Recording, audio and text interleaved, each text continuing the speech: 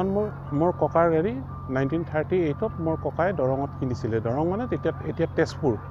দৰঙত কিনিছিলে registration number ASD 116 registration number আৰু ককাৰ দিনৰ পৰা ককা ইয়াত আহি পেলাই গাড়ীখন আমাৰ ইয়াতে এগ্ৰিকালচাৰ ফাৰ্মত থৈ দিছে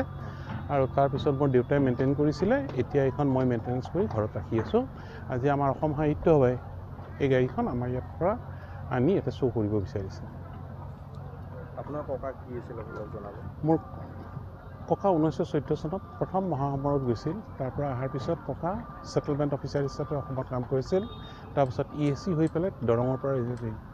ৰিটায়াৰমেণ্ট লয় 1947ত ককাৰ নাম আছিল ৰায় চাহেব ৰাজেন্দ্ৰ লাল উজী আপোনাৰ নাম মোৰ নাম জ্যোতিৰ্য নাৰায়ণ উজী কিমান বছৰ ধৰি সংৰক্ষণ কৰা হ'ল গাড়ীখন আপোনাৰ 38ৰ পৰা আমাৰ ফেমিলিৰ ভিতৰতে আছে গাড়ীখন ক'তো বাহিৰলৈ যোৱা নাই মোৰ দেউতাই চলাইছিল মই চলাব পৰা নাই মই খালি চাফ চিকুণ কৰি ৰাখিছোঁ আপুনি বিচৰা বাতৰি পাব কেৱল নিউজ 18 এপত নিউজ 18 এপ ডাউনলোড কৰিবলৈ স্ক্যান কৰক এই QR কোড গুগল প্লে ষ্টৰতো পাব এই নিউজ 18 এপ